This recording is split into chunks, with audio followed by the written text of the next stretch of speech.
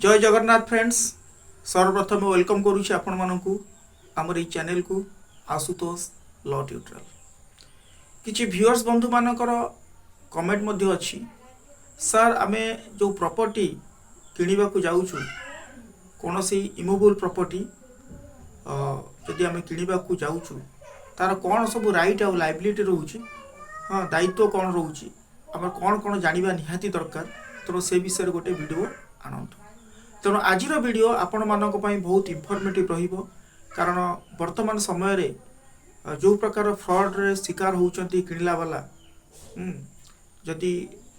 आपण मानकु सचेतन न करा जिवो ताले ई फ्रॉड रो रेट क्रमशः बढ़िबा को लागिबो। तेणु आसंतु वीडियो आडू आरंभ करिबा। ट्रांसफर ऑफ प्रॉपर्टी एक्ट 1882 रो गोटे सेक्शन रोची 55। ए 55 रे पूरा क्लियर लिखा जाइछि right and liability of buyer and seller. एटी बोथ बायर एवं सेलर राइट लायबिलिटी कथा कहूछि। तेणु इमूवेबल प्रॉपर्टी तो आपण जानिछंती, लैंड हबो, हाउस हबो, जोटा अटैच करूछि अर्थ को, that is called immovable property that can not be removed और carried away from one place to another place. तेणु इमूवेबल प्रॉपर्टी उपरे मध्य बहुत किछि कहा जाइछि, तार डेफिनेशन स्वतंत्र अछि।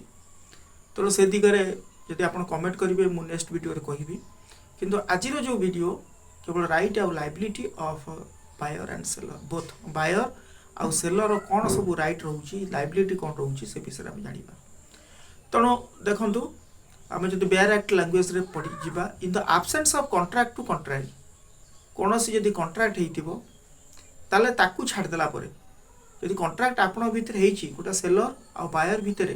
सेलर कहले जे बिकिबो ताकू सेलर कहती, बायर कहले जो व्यक्ति किनिबे ताकू कोन कहबा ना बायर कहबा। सेलर्स प्लुराल हे गला, बायर सेमति प्लुराल। जो लोक माने बिकिबा को चाहुचंती ताकू सेलर्स कहबा, आ जो लोक माने किनिबा को चाहुचंती ताकू बायर्स बोली कहबा। तणो तांकर उभयंकर कौन सब जिम्मेदार रहउछि, राइट कौन रहउछि, लायबिलिटी कौन रहउछि हला सेई ए सेक्शन रे डील करिछि। तेणु प्रथम कहला in the absence of contract to contract, जदि आपनक भितरे जदि सेलर आ बायर भितरे जदि किछि कॉन्ट्रैक्ट हेछि ताले से कॉन्ट्रैक्ट अनुसार कार्यकारी हबो आपनकर सेल डील। जदि कोनोसी कॉन्ट्रैक्ट नाही ताले ए ट्रांसफर ऑफ प्रॉपर्टी एक्ट रो 55 रो जो क्लॉजेस गुडी को अछि ए थारु जी पर्यंत ता भितरे कवर हो। क्लियर। तेणु the buyer and the seller of immovable property respectfully are subject to the liability. तेणु बायर आउ सेलर इमूवेबल प्रॉपर्टी रो कौन हेबे लायबिलिटी हेबे, रेस्पेक्टफुली परे परे कौन हेबे लायबिलिटी हेबे, and have the rights mention in the rules next following और such of them as are applicable to the property sold। तेणु बिकिला बेले से सब कौन हम ना एप्लिकेबिलिटी हम। जदि आपण भितर कौन सी कॉन्ट्रैक्ट अच्छी ताले से कॉन्ट्रैक्ट अनुसार आपणकर कौन हम सेलटा कार्यकारी हम, एग्जीक्यूट करा जीवो। जदि कौन सी कॉन्ट्रैक्ट नाही ताहले आमे कौन आसीबा ना ट्रांसफर ऑफ प्रॉपर्टी एक्ट रो 55 अनुसार जो ए रु जी पर्यंत दिया है से अनुसार आसी जी। प्रथम कथा हम कहली आउ ए सेलर आउ बायर रो लायबिलिटी कथा मध्य कहा जाउची, राइट एंड लायबिलिटी कथा मध्य कहा जाउची, जोगुडा को एठी मेंशन करा जाइछि। तो प्रथम कोन रहिला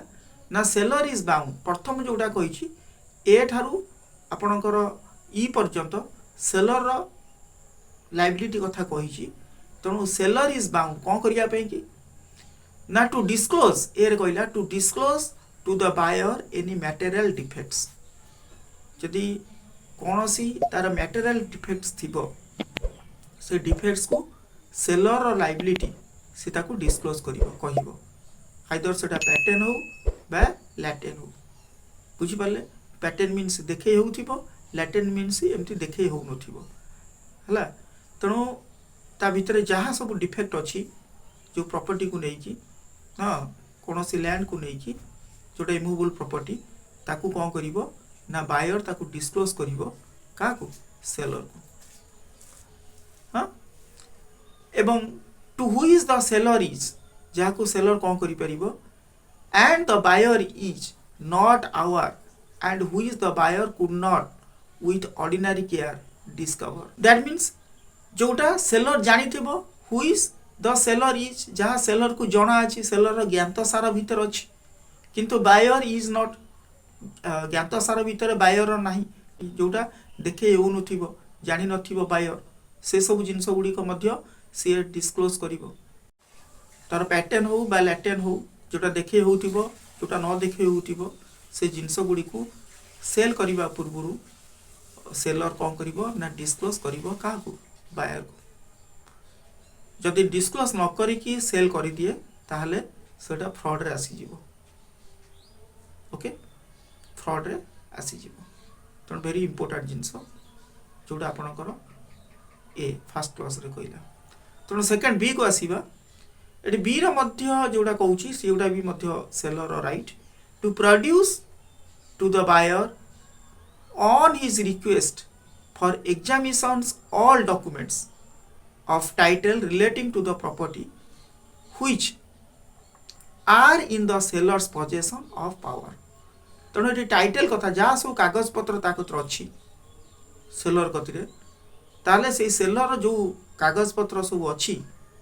सेगुड़ा सब से बायर को देखब दब बुझीपार ता माने एठी कहला capacity to sell the property माने seller has the capacity to sell the property एटी क्वेश्चन आसीबो whether the seller has the capacity to sell the property or not if the seller has the capacity to sell the property definitely the seller will give such and such documents but on basis of such document he will able to transfer the property बुझिया तेणु से seller जो सब कागज बल रे से cell करि परिबो जो डॉक्यूमेंट्स अच्छी से डॉक्यूमेंट्स को कौन करिवो से देखैबो का को ना बायर को दबो जेमति आमे जगह किनला पूर्वरु आमे कौन करूछु ना तार से सेल तार पट्टा कि तार पूर्वरु जोडी किनिथला से कबला देखाओ ए सब जो जिंस आमे सब आणुछु ना नै हां तमर से जगार मालिक कि नाही बा तमर किए मालिक अछंती हां ए सब जिंस गुडी को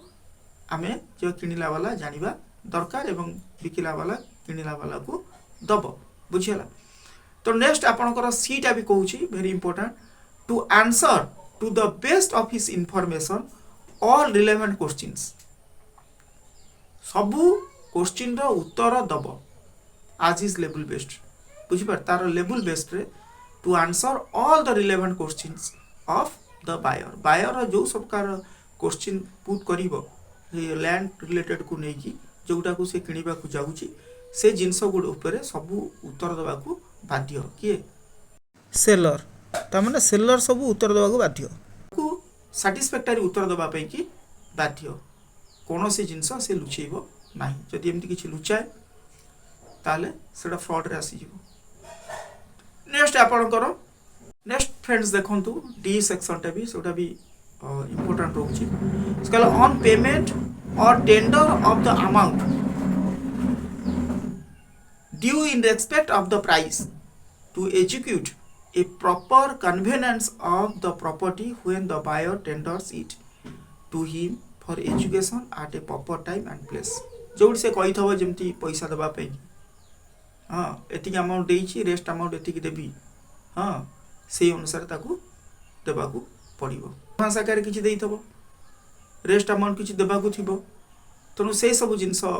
एठी पेमेंट कथा कहिछि on payment or tender of the amount due in respect of the price to execute a proper conveyance means transfer तो transfer हो जिवो of the property transfer हला परे से जेमती जो अर्थ रे कहिछि हां सेमती से कार्यकारी करिवो तनो आपण को जानि चंती आगु पूर्व वीडियो रो भी कहितली सेलटा कंसीडरेशन ऑफ अमाउंट जो अमाउंट को कंसीडर करा जाई थाए पैसा प्राइस को कंसीडर करा जाई थाए आइदर पार्टली पेड हो बोर प्रॉमिस टू पे हो हां तो पार्टली दिया जाऊ बा आगु पे करिया पे हो ए भलिया तार कंसीडरेशन कोन थाए ओनली प्राइस थाए तणु ए प्राइस रिलेटेड को नै कि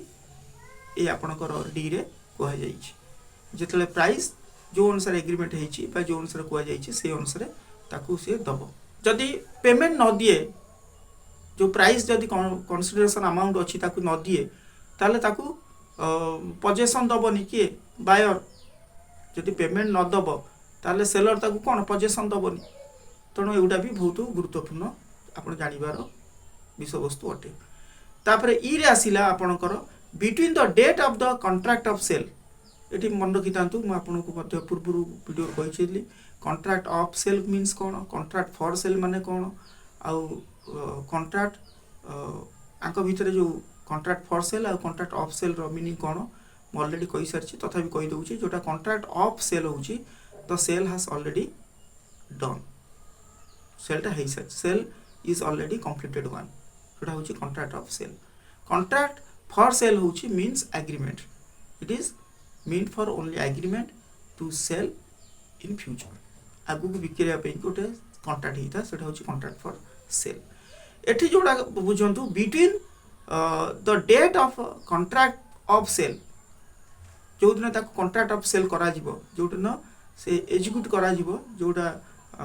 सब रजिस्टर ऑफिस रे जाइए आम जो सेल करी थाउ हाँ बायर को जिते सेल करा जाई थाए and delivery of the property एवं जो दिन ताको डेलीवरी दिया जिवो to take such as much care कौन नब ना केयर नब कौन of the property and all documents of the कौन हो title relating thereto which are in possession as an owner of ordinary prudence would take of such property and documents eighty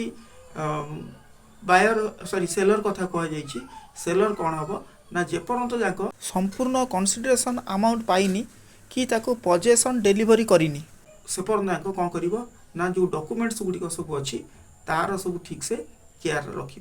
example माध्यम कहूँ मनकर गोटे बड़ आकार गोटे property अच्छी मनकर से पार्ट पार्ट करके से प्रॉपर्टी को बिकुचे तेणु प्रथम